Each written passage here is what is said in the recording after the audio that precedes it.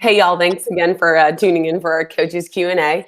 It is actually Saturday morning, and I have Miss Candice Walls joining me today.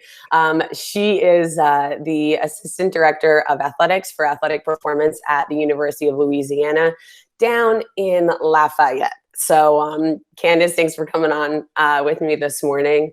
Go ahead and tell the people that don't know much about you what you're about, what you do, and kind of what's your like jam. Oh, what's my jam? Okay. Well, I'm born and raised in Kentucky, so I'm a mountain girl by heart. My accent may come out a little bit in this. Super relaxed, and Marissa, you tend to bring that out of me when I start going. Uh, but yeah, so I was an athlete my whole life. Kind of stumbled upon strength and conditioning in college with Corey Schlesinger. He said, "Hey, I did an internship. We can get paid for this." And of course, we're at a smaller school, and we had like one strength coach for everybody. And I don't even know if he really was that. He may have been like an assistant coach or something. So I was like, heck yeah. So I went down, did an internship with Coach Reeve, fell in love with Olympic lifting and lifting in general. And he's such a good teacher and, such a great person that's very patient with you. So, I spent all summer with the bar in my hand and him sitting there telling me to do it again. So I came back after that. And actually, Corey and I were our strength coaches for pretty much our teams when we got back. We did that our senior year. And then I went off to Texas, got to work under Coach Mabe and Mad Dog and Jesse and all of them. And I mean, I didn't know what I was doing. I look back and I'm like, oh my gosh, I was the worst intern ever, but I was a really good cleaner. Like I really learned how, so it's prepped me for this day. Like I am ready to go because I learned how to clean at UT. I'm telling you that right now. Yes. And then from there, I got to go to the Citadel with Donnell. And I mean, pretty much I have so much to attribute to everybody, but Donnell did a good job of stripping it back and, not letting me cut corners. I think as a female in the field, we're given a lot of chances off the bat because there's not very many of us. And I think he didn't care about that part. And he made sure that no matter what, I always did what everybody else did. And the standard was the same. Like there was no, well, you're a female card. It was like, no, you're a coach and you're going to get better. Right. And I thought that was, I didn't understand it then, but I completely get it now. And even, to crazy stuff. Like I remember, I think I overslept once and only in my career. He made me show up for 7 days straight at 4 a.m. and sweep him off the weight room. I have never been late in my career ever after that. Like no exceptions. He's like, yes, Saturday, Sunday. And I'm like, but I cater on those days. He's like, I don't care. So yeah, like crazy stuff like that. Donnell's insane, but I love him. And then from there, I went to Baylor and I got to work with like crazy great people like Chris Roof, Kaz Kazadi, Andrew Altoff, Ann Tamparello. She was a huge female in the field forever. She was at Duke for a while. I've been very blessed on kind of my journey. And then I was there for a long time and, some stuff happened and I kind of made a conscious choice that I needed to get uncomfortable again. So I went off to UL and scary decision because I'd been at Baylor for so long. And it's, it's a mid-major school. It's not a Power 5. But the resources and the athletic director there, and Pat Ivey actually used to work for the athletic director there. And he's an amazing guy. And I got to meet him and I got to see their facilities and I was sold. And then I've come here and I've been here almost 3 years now. I got to actually bring Kaylin Stitcher and Connor Stanton and a couple people with me. So we're just down here in Lafayette, Cajun world, swampland, kind of doing our thing, loving life. Right now we're definitely quarantined, but it's okay. We have each other. No, that's awesome. One of the things, obviously I've followed your journey since day one. We've known each other for many years now, but not only did you take an uncomfortable step, but you moved into a massive leadership role and now you're overseeing the entire department. Talk about that a little bit and, maybe the couple people that you leaned on to really put together your plan and your vision and kind of how that's been for you down there. Kind of to answer the question a little bit, I tend to go on rant. So if I'm not answering it, just pull me back in, and I've had too much coffee, so I apologize, world. I think the biggest thing is it kind of started with Coach Kaz when he said, always kind of think a step ahead of where you want to be. If you're an assistant, act like a director. If you're a director, act like an AD. So I think honestly, coming into this role, it wasn't easy by any means. Like there's some stuff that I'm like, how the heck did I get through that? But I think I'd been prepping for it for a while. And Coach Kaz and Roof and Toff and them, they did a really good job of putting us in positions where we had to lead early. Even, I mean, what we did with our interns and how we let them run groups and run meetings, like I think that helped prep me. So when I got here, my feet were kind of already wet. But then the part of like hiring and firing and like really having the official word on it, or budgets, like, okay, I'd sat in Roof's office and annoyed him when I was like, why can't we buy that? And he's like, that $20 is important. And I'm like, okay, Roof, like, he's like an uncle to me at that point. I'd known him since I was 22. Yeah. But now I'm like, oh, wow, that $20 is important. And so I have to look at my staff and I'm like, you bought what without asking? And they're like, Candice, it's $5. And I'm like, that goes a long way. Like, Yeah. so it's just moments like that I'm like, I just became my parents, But and then the other thing is, I mean, my passion is helping people, developing people, investing in people, whether it's my athletes or, our staff, because I mean, that's what we're here for. That's what coaching is. And I think finding the beauty of being able to do that and keeping my calm while I do it and letting people be who they are. And when you hire somebody, like empowering them to do their job and not micromanage them, that was a huge step for me, because ask any of the interns that interned and my first intern class that I hired in 2012. I just want to apologize to all of you now if you're listening. I was terrible. I had a temper. HR, like I'm sure you could have probably got me. I think I ran them in 100-degree heat. I mean, I was out there running with them. But just looking back at some of the stuff I did, like you have to evolve, and I've come a long way and I still have a lot of stuff to learn. But I think if you guys sitting at home that kind of maybe you want to be in this position, start acting like it now and asking questions and going and like find a mentor. Like right now is a great time. Pick up the phone and call people, ask questions, because there's no dumb question. The worst that they're going to do is either not pick up or tell you no, they're not going to answer it. But just learn from them and don't be so stubborn that you got to figure it out on your own. Because I've tried to do a lot of that here and it causes headaches and stress. I think I have a few gray hairs. Like it's just pointless, And then empower your people and lean on them. I think that's the biggest thing I learned is, yeah, you have the title, but you don't direct anything. You guys are working together, So I think that's the biggest part. And just don't worry. Maybe you don't. And this is the other part, like I said this, I think at another podcast I did, but you don't all have to go want to be directors. If you want to be the best darn assistant ever, you just go be the best darn assistant ever, because it's not as glorious as what it sounds like when you get up here. And if it's because the money, go get a side hustle. Like sometimes it's just not worth it. So, but yeah, that's the biggest thing I've learned is maybe I should have listened to more people that came before me. No, that's true. I mean, that's not only is that great insight of being in a role like that, but also great advice that you just kind of, tossed out there with the reality of younger coaches coming up. And I've heard that advice too. And I actually heard that same advice from Adam Feit that like, if you want to be an assistant, act like assistant. If you want to be a director, act like a director. So I think it goes a long way, always staying one step ahead of the curve. And, I always tell people like, hey, if you have a plan, like that doesn't matter. Like you have to have a vision with the plan, but you have to have it has to be multifaceted. It can't just be a one-way street, because you have to be prepared that there's whoever you're presenting this plan to, like you have to be prepared that they're going to throw a curveball at you. And you have to be able to react quick and move on and like change the point of attack or whatever the case is. And I mean, I think both you and I have been blessed where we've had some people and also like, our significant others like always challenging us and the support that we have. That's a whole nother topic. But for sure. And that's true. And I think it's, it's one of those things where, we're in a position where we're the taboo of like having a relationship with another strength coach. And, I got like, warned when I was an intern about that. I'll never get a good job if I date someone in the field. And I'm like, well, please explain to me if you want me to be this superb, like strength coach, where else am I going to find somebody? Like I'm here all the time. Right. I mean, I get what they meant by it, but in my mind, for those women out there, I'm going to tell you that right now. And men, sorry to get on my soapbox right now. It's fine. But don't be shameful of it. Like, be respectful and don't just be dating everybody that walks through the door, obviously.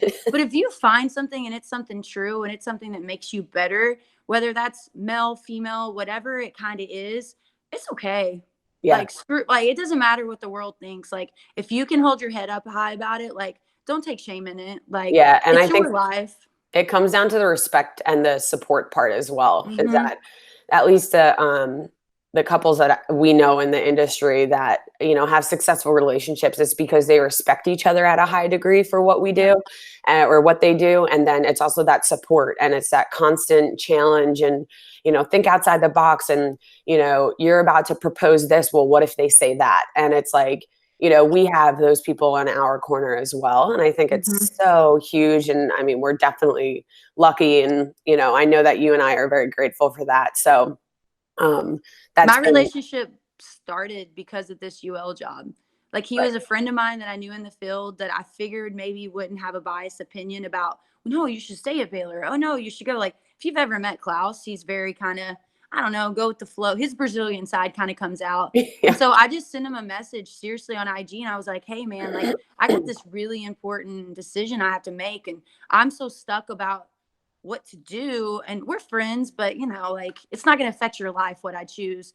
And then literally he's like, go with your gut, Candice. And literally Mhm. that blossomed into 3 years later, like, where we're at. So it's kind of Yeah. funny. You're right. Like, best advice I ever got. Yeah, no, seriously. And it's amazing. And the world works in amazing ways. But anyway, so let's kind of like take a shift and talk about your passion that you have in life, whether that's professional or personal. Mhm. Kind of give the people that are listening a little insight as to what gets you going.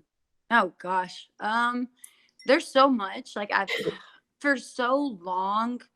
And you know, for like the people that are just kind of entering the field, you're all about like strength, strength, strength, strength, strength. Like, this is all I'm gonna do. I don't, you know, I go to work and it's dark. I leave and it's dark. And you know, we gotta put our dues in. But I think along the way, and especially being around the people I was very fortunate to be around, at especially Baylor, like Kaz Kazadi does a great job of, and you know, Chris Roof, and then like showing that work life balance, that I kind of reached a point where I'm like, I have to find something outside of here besides pouring into all these people that could pour back into me. Mm. And I found boxing.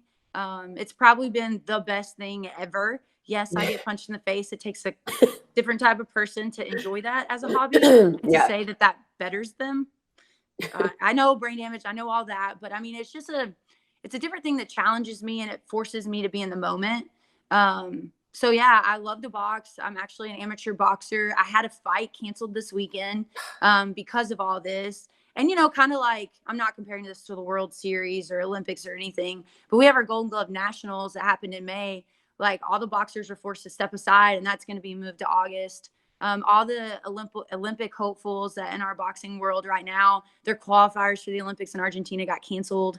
So like, I'm definitely feeling as an athlete this part of it, and then obviously as a coach, like, it was so sad to see our athletes not be able to compete in that, because that's the other part I'm passionate about, is investing in these young adults. You know, like, Right. it was hurt my heart so bad. And some of these teams I don't directly work with, but Hmm. you know, I see them all the time. So I think definitely that boxing piece is something personally that I've invested in, because I feel like if I'm a better Candice, I'm gonna be a better Walls at work. Like, it's just, I can't have one and not the other. And then I spend a lot of time traveling. That's another part that I'm passionate about. Like you kind of said earlier, it's not by choice, but it's for love. But I love to travel and kind of just get out and get uncomfortable. Like, I mean, Louisiana is great, but you got to get out sometimes. So traveling and Yeah. boxing would be my personal thing.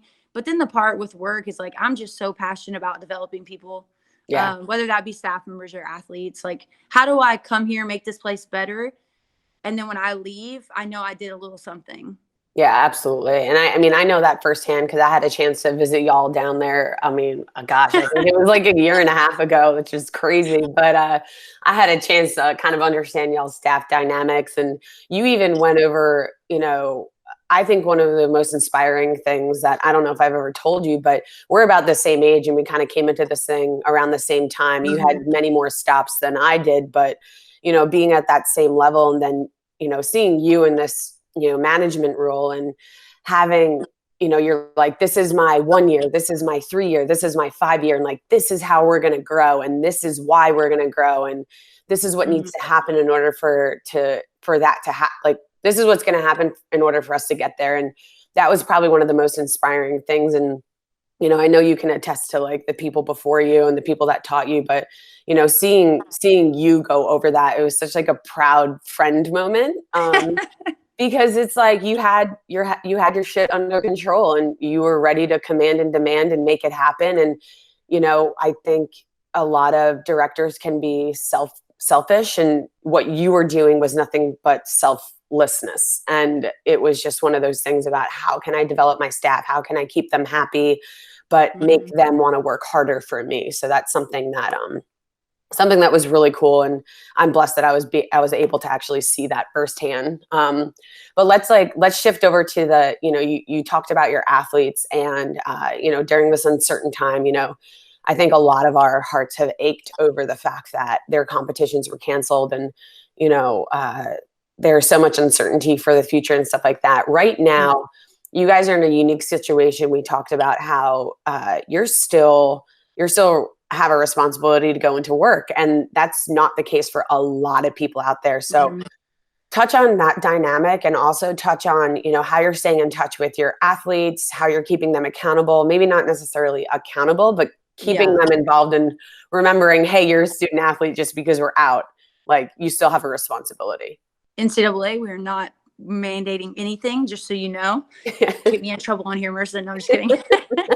um, no, it's definitely unique. I think we do things in Louisiana just a little different. But I mean, we have a great president, we have a great AD, and I'm gonna back them. Like, no matter what their decisions are, there's a reason for it. And I know, just like we have to make decisions sometimes, the assistants don't understand. There's got to be reasons why our president and our AD are kind of doing this, like whether that's for longevity of the school, like whatever it is, I'm going to support them. So right now we're still required to go into work, but our facilities are shut down. Like, the weight room's not open. Student athletes have been sent home. We have people disinfecting every 30 seconds. I sneezed the other day, and they're like looking at me like, you guys just sprayed Lysol. Like, I'm okay. I swear I won't touch my face. Like, but no, I mean, it's a different situation. But as of, I think, next week on Wednesday, they're gonna have us all like working remotely from home. But we just had to make sure all the stuff online was set up. And of course, like, you can't tell half of the athletic staff to go home, but the other half can stay. So I think it was like them trying to figure this out, because everybody else in the country, we don't know what we're doing. Like, we're Yeah. going day by day to adjust to this thing. And I think it would be very easy for someone to get angry and kind of throw stones, and because everybody's doing it differently. But it's whatever works for your university. And right now they've got us kind of quarantined off to our offices. We don't meet in larger groups than 10, but we are required to come to work. So that's a little different. But Yeah. what we've done is we've just made staff lifts at social distancing pace. Like, be 2 racks down for me. Don't breathe in my direction. We have one guy that he literally went to the opposite side of the weight room, and I'm like, really? Like, come Yeah. on. He's like, Candice, I've got to keep my distance. But his girlfriend also was a nurse, Mm. so there's a lot of things like that. But I mean, we've had fun, made the best out of it. We actually still had our staff meeting on Monday, and it was so cool how organically this kind of happened. And it really started with Klaus. We were talking the night before, and he's like, so what are you going to have your staff do? Just take a vacation? I'm like, no, we're going to work. We're sending packets. He's like, oh, but have you seen what Stephanie Mock and them are doing? And he named off some other places. Have you seen what Indiana did with their website? And like, I'm like, no. Are you challenging me right now? And I'm like, okay, I'll pull up my sleeves. Let me look. And so I literally stayed up till probably 1 a.m., 2 a.m. looking at everybody's IGs. And I just want everybody to know out there, like, first off, Stephanie Mock, you're doing a great job. And I don't think we give other females and people in the field credit, but it is so cool to see how she's blossomed there, and just her and her staff have killed it. Yeah. But yeah, like, she was a big inspiration. I looked at some others, and I'm like, okay. So I walked in the staff meeting on Monday, and I'm like, listen, guys, we have a choice. We can be lazy, or we can be the best in the country at what we're about to do. And they're like, Candice, what? And I'm like, so I had actually walked by one of our football guys, and he is like young and creative and hilarious. He's always posting things about training. I'm like, come in here, you're going to be part of this. And he's like, what? So we get in there, and I'm like, everybody's taking a day, and let's like name it. And so literally in about 20 minutes, we all had names for the days. We were all going to like shoot videos, and I'm like, we need photos.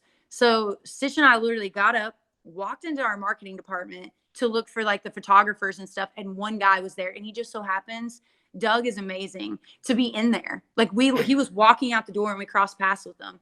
We told him of our idea and he's like, "Where are your staff here? I'll take photos right now." And we're like, yes. Yes. And he did that video, the photos, all this happened within about an hour. And it all Wow. started because Klaus challenged me to kind of think outside the box and push myself. So yeah, we did a photo shoot and video. So what we're going to be doing is every day starting tomorrow, we're going to, like, one of us is going to take a day, slow it down Sundays with Candice, which is hilarious. Nobody wanted the Sunday. So Yeah. I took it because my brother's like, "You are not chill. Why are they putting you on that?" I'm like, "Maybe it's God's way of forcing me. I don't know." Yeah. He's like, "Do not drink coffee before that." And I'm like, I won't. But yeah, so each of us have a day. And then we're hoping like it kind of just promotes it out for Raging Cajun Nation. Like, not only our athletes, but how do we take a state like Louisiana and like get them moving and get them Mhm. engaged? And it was crazy. Like, our video got 3 times as many views as anything had ever, like, we gotten. All of our student athletes are like now trying to follow us on social media. So it's That's just just like a really awesome. cool thing, you know? And then we also still sent, not a lot of kids have access to weight rooms, but we have a few of them that do. So we send them their typical, like, here's 8-week program. But this one will kind of just, I don't know, get them a little more engaged. It got my staff motivated. Yeah. Like, I mean, one guy got to cut his sleeves off and do Meathead Monday. Are you kidding me? He's like, "I'm doing mine with the Yeti." And like, this guy literally went home, and within 30 minutes, I had a video of his like training session. And then Wow. our marketing department, this lady named Heather, which I really didn't have that much contact with. Oh my gosh, she's been a rock star. I told her she gets free toilet paper for life. Like, I'm literally giving her free toilet paper for life. She got home, and at 1 a.m., I get a text like, "I'm so sorry for texting late, but all your graphics are done." And I'm like, "What? You are Wow. amazing." And Wow. normally, when people do stuff like that, I'll be like, "Well, hey, can you angle it this way and do it this way?" Heck no. This woman did such a great job that I'm like, "Please teach me your ways." Like, Yeah. I'm like, maybe I'm going to really learn Photoshop over this break. But I mean, I'm telling you, we wouldn't have been able to pull this off if it wasn't for one of those two individuals. And basically, our staff just coming alive with these crazy ideas. So I Yeah. hope you guys out there join us. Like, it's going to be Mhm. fun. And if you guys have some ideas, please shoot them my way. Yeah. Because, I mean, we're really excited about this. Not the fact that we have to be quarantined, but I don't know. It's just neat to, like I said, empowering your staff and letting them show their personalities a little bit. And Yeah. I'm going to be real with you. It's not going to be very scientific and programmed out and like, "Oh, well, this goes into this." Like, we're just going to have some fun with it. No, So, and I think that's huge. And it's like, it goes back to like making your staff happy. Like, you're giving them the opportunity to blossom and grow and actually upskill themselves. It's mhm, very different from being and standing in front of your athletes to presenting in front of a room to actually mhm. being recorded doing something, Oh, right? yeah. Those are three very different, you know, opportunities, situations, scenarios. And so just by doing that, I think it's awesome, but it's an ode to the type of dynamic that you guys had on staff prior to. Like, even when I first saw the post, like, I knew that you guys were still working. I knew that you were still at work, but for that Mhm, to happen so quickly and, like you said, organically, I mean, that's kind of unbelievable. And it just also goes to show that, like, people want to help people. mhm. And that is literally the underlying message that I've been seeing in general for social media and a little bit on the news and stuff like that is this is a time where we need to come together and work together. And if this is just a one little glimpse of how it should be, I mean, Mhm. I think it's a great example. So, um, do you have anything else to like add or tips or advice or anything like that? Oh my gosh, just work. I mean, honestly, you got to go with what works for where you're at. Like, I don't know if you know anything about Louisiana or Cajun culture, but it's everything that just, you are who you are. We accept you for who you are. If not, we may just never talk to you. But I'm just kidding. But I mean, it's just kind of a laid back place. Everything moves a little bit slower. And so I think for what we're putting out there, it works for our kids. But at the same time, like, we're doing it at a high level. And Mhm. so what I would say is do whatever works for you guys. Don't just look and force it to fit for you. If your personality is you got to have a strict like sheet, that's not wrong. It's just that's what works for you guys. If you want to write it on a piece of paper and go like this, like, who cares? Like, if that's what works for you guys, do it. And you guys may not have been as fortunate to be able to walk into a marketing department and then take a photo shoot for you like that, you know? Yeah. And there's nothing wrong with it. I just like to be extra. Uh, Yeah. but I would say right now, I think it's really teaching us as coaches, the X's and O's, I guess, are important, but really these kids are at home and they're depressed. A lot of them are upset, and a lot of them, like, our big thing is, and you can hashtag this, I hope this goes viral, fall is coming. Like, fall is coming. We are not promised the summer or anything, but as of right now, fingers crossed, like, our kids will be competing in the fall. And so Mhm. we got to get them prepared. And I know their brains aren't telling them that right now because it seems like so far away. But we have to remind them, like, because if not, our injury rates are going to be up. Like, people may not be eligible. And so we've got to keep our kids stimulated so they will get up and do their homework. We got to keep them stimulated so they will do something. Now, they're not Mhm. going to come back and probably run their quickest 40. Yeah. Like, yeah, God forbid we do like a PR test when we get back. Like, who knows how, I mean, maybe it'll surprise the whole world and the reset like did it, but that can't be what we're chasing. Like, we say it all the time, we're not PR chasers, right? But Right. right now you're being challenged to really, are you not that? Yeah. So I think we just decided to do something that would stimulate them. And if they did have people at home, it would be stuff that they could do. So I would Mhm. say just do whatever works for your culture and what you've set, and just have some fun with it. And then this gives you a chance to have a purpose, to have a staff meeting every week, on Zoom or whatever you choose. Like, it keeps you engaged with your staff. So I would just really highly encourage continuing to do that, but don't force something. Yeah. If it feels like, just don't force it. Yeah. No, I think that's great. And it's great advice. And I think it's really true. Like, I saw the hashtag fall is coming. Like, the world is still spinning. Like, Yep. the fall comes after summer. Like, Yep. it's always going to be there. So it's like we have to be ready for it. Okay, so I have a couple questions. They're just going to be like, I call them my Corona fire questions, and you have to do I your hate best. you for this. I like to prep. Dang it. Okay.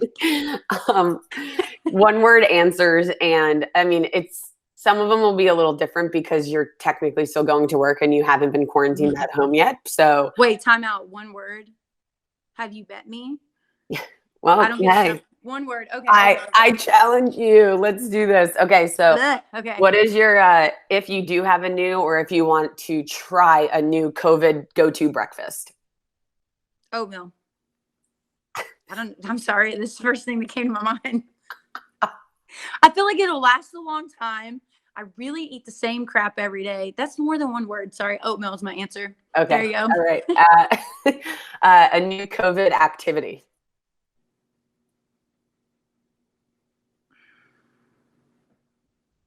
Do you think Cleaning. cleaning? Okay. Any new COVID habit? Okay. Washing my hands. Can I explain that one? Go ahead. I wash my hands normally, but I swear to you, they're all cut up and rough because I can like, if I breathe the wrong way, I'm washing them. So yeah, washing hands. That's two words. Sorry. We're gonna hyphenate it. Kentucky education coming out right there. Okay. Okay, something now, obviously, you guys are still going into work, but is there anything that you took advantage of before COVID hit?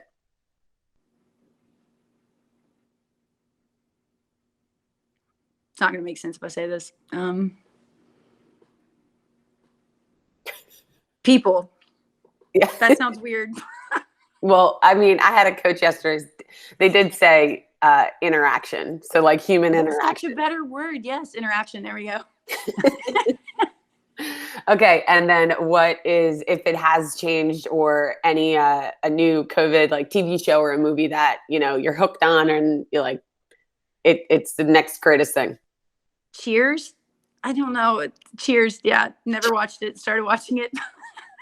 Isn't that from a minute ago? Isn't that like It's from 100 years ago, and it just so happened like I accidentally pushed it, and then I got super intrigued. yeah? The Well, 80s were really messed up. I think you just bashed a lot of coaches by saying it was 100 years ago. I'm just So, kidding. Like, no, I'm so sorry. You didn't have to point that out. No, I'm just, yeah, never mind. I don't like this game. well, don't worry. That was the last question. So Thank you are God you're going to get me like burned to steak. You are free to go. But hey, thank you so much for being on. So much insight and advice that you gave our audience, and yeah, I mean, it was awesome. Thanks for being on with me. Thanks for having me.